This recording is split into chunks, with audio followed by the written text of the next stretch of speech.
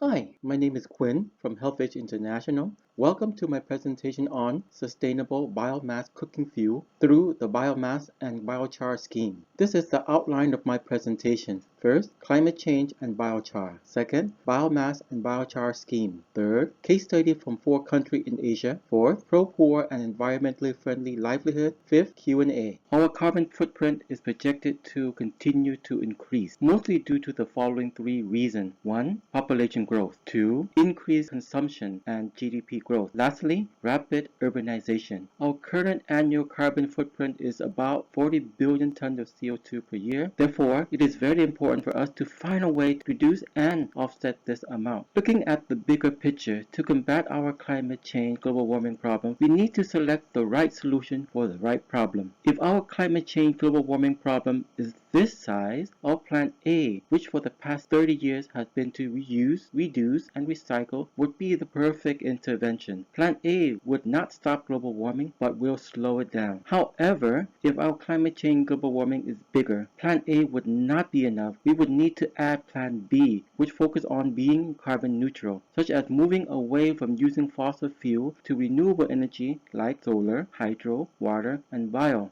However, if our climate change global warming problem is very large, it is gigantic like the size of Godzilla, then plan A and B is not enough. We need to add plan C, which is carbon negative. Carbon negative will enable us to reverse global warming by offsetting current and past CO2 emission. To help us have a clear picture, this is a graph showing the projected global CO2 emission and rise in global temperature by various intervention plans. If we continue with only Plan A, global temperature will likely reach 3 degrees Celsius by 2100. If we implement both Plan A and Plan B, global temperature will likely reach 2%. However, realizing the scenario would require urgent drastic measure and at least a 2 gigaton of CO2 emission removal per year. If we implement Plan A, B, and C, we can stop and even reverse rise in global temperature. So what action can we take to reduce climate change and global warming? To help us to decide what action to take and what would be the impact, we have this chart. Not all action has the same or equal impact. This is a chart showing the annual CO2 emission saving by activities. For example, if you change to eat a plant-based diet, you would save this much per year. If you change to eat only or mostly local grown food, you would save this much per year. Or have one fewer child, you can save this much per year. However, if you decide to be a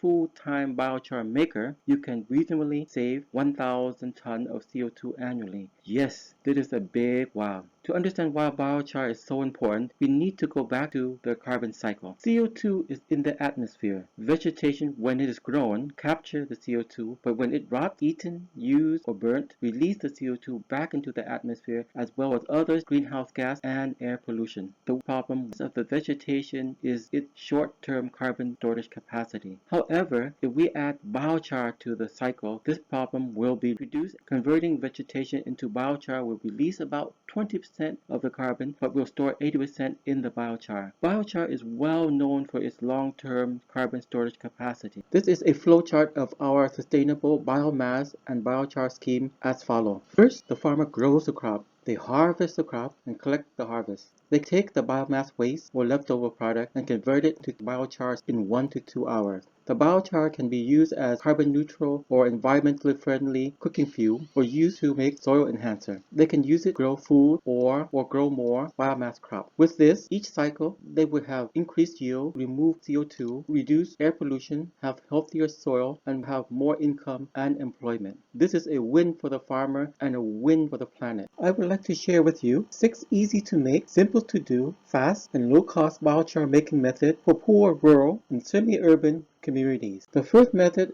is the rice husk carbonation method. Most rural communities have problems disposing of their rice husks. This is a very simple way to change rice husks into biochar. The cost is very low and normally would take between 4 to 6 hours.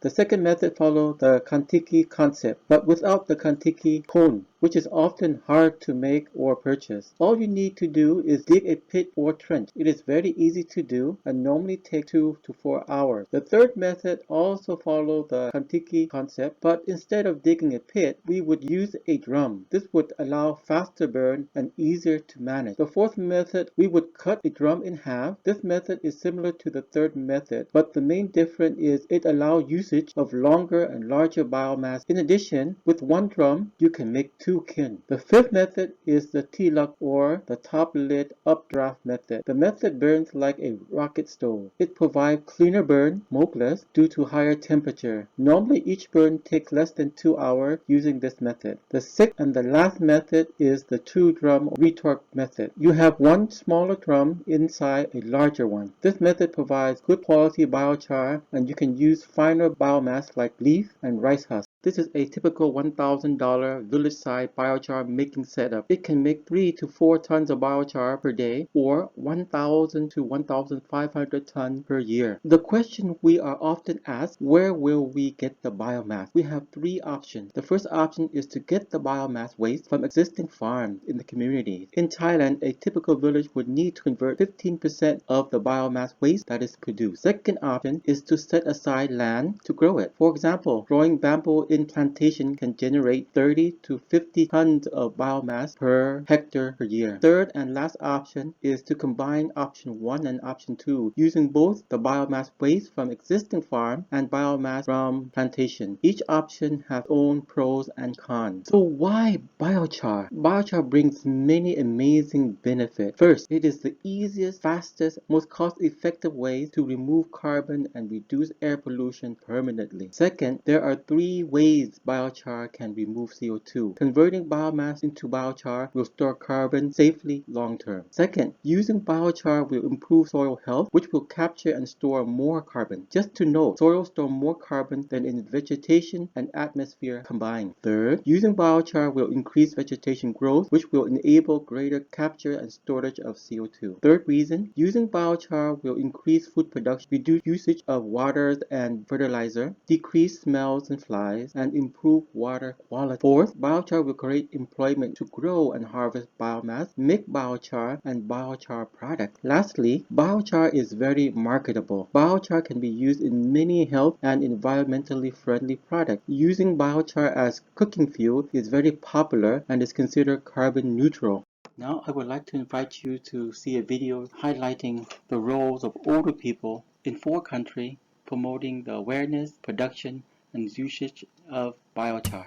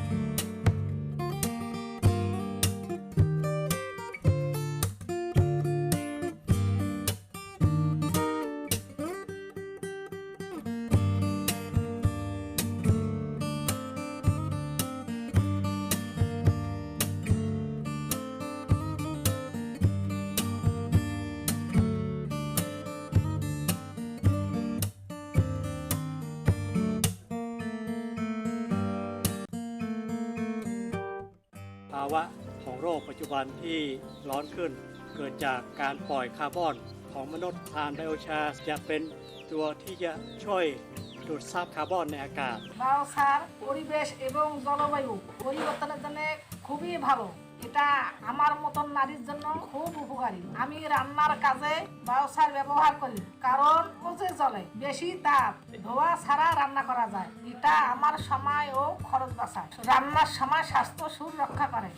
biochar ល្អសម្រាប់ដីហើយពលល្អដល់បរិស្ថានហើយយើងក៏អាច ស្រូបយកជាតិពុលទុកក្នុងដីហើយក៏អាចកាត់បន្ថយនៃការកើនឡើងនៃកម្ដៅនៅលើផែនដីទៀតផង Làm than sinh học rất dễ và nhanh, không tốn nhiều kinh phí. Than sinh học có lợi cho môi trường, vật nuôi và cải thiện đất bằng màu. Tôi mong rằng tổ chức 2, người cao tuổi, chính quyền các cấp nhân rộng mô hình này trên toàn quốc. Terra or black soil is a fertile man-made soil found in the Amazon basin. It was made by Amazon Indians hundreds and thousands of years ago to improve the infertile Amazon soil. Terra soil can remain fertile and store carbon for hundreds and thousands of years. This is an example of using biochar to reclaim degraded land. This is a photo of a 100-year-old mine in Colorado which has lost all of its topsoil and is contaminated with heavy metal. After 1 year of applying biochar, the result can clearly be seen. It normally takes Mother Nature around 1,000 years to make 1 inch of topsoil. Biochar can do this in a few years. Here you can see the result of plant growth with and without biochar. The growth of plant with biochar is much faster than plant without.